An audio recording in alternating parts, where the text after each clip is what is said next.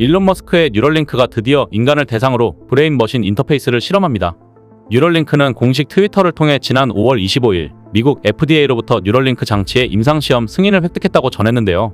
뉴럴링크는 전신마비, 척수 손상으로 신체가 부자유한 환자들에게 운동 능력을 되찾아주고 인간이 다양한 기계장치들을 생각만으로 조종하는 것을 목표로 하고 있습니다.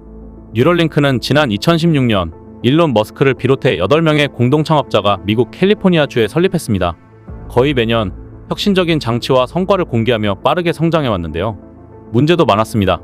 그동안 연구 과정에서 수많은 돼지 원숭이들이 무분별한 실험에 의해 뇌가 파괴되고 다양한 신체 손상으로 죽었다는 의심을 받아왔어요.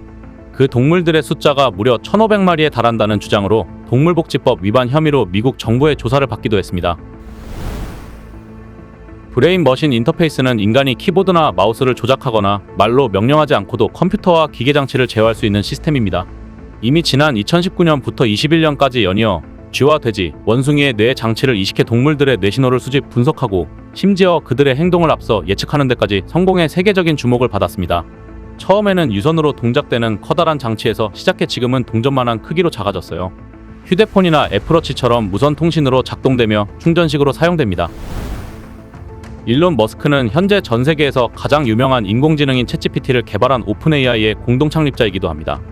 그러나 초기에 이를 탈퇴했고 그 후 일관되게 인공지능의 발전이 가져올 위협을 경고해왔어요.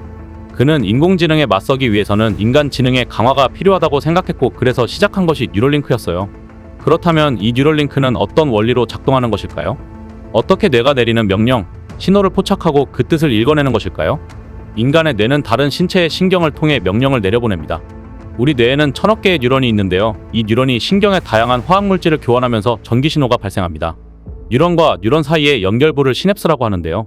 이 시냅스를 통해 뉴런의 전기신호가 화학물질로 변환된 후 전달되면 화학물질을 받은 뉴런이 다시 또 전기신호를 생성합니다. 이것이 일종의 전기장을 만들어내고요. 뉴럴링크 장치는 이 과정에서 발생하는 전기신호를 수집해 분석합니다.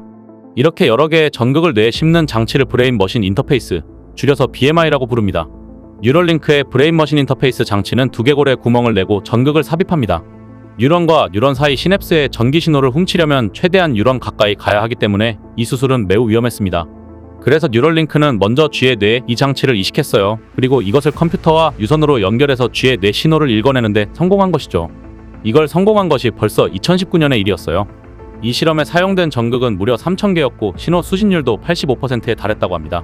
불과 1년이 지난 2020년에는 한층 개선된 장치가 공개되었는데요. 동전 크기 정도로 작아진 1000여 개의 전극 채널로 뇌신호를 수신할 수 있었어요.